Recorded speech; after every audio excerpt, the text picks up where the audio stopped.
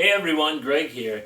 This weekend we had a little power outage. It lasted about 4 hours, but it was about 1 or 2 degrees outside, so really cold. So we wanted to keep the house warm.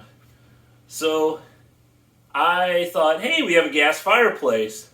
Well, it's not as easy as flipping the switch on. I'll show you how to get it working during a power outage next.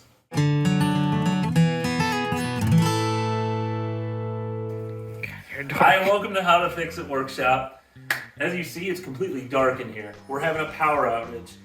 So normally, when we have a gas fireplace, normally you flip the switch in the wall. Some people have remotes or whatever. Fireplace turns on.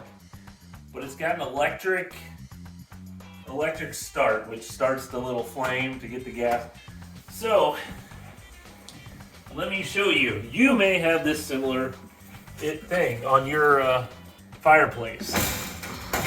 So we've got a little screen that just comes up, and underneath here, I don't know if you can see, but there is a place where you put two D batteries. Once you have those two D batteries in place, your switch on the wall will then work during a power outage. It even says on here to be used in case of a power outage only. Don't leave the batteries in there. But I thought that tip would be useful to some people because I didn't really know about it myself until I kind of discovered that. So there you go.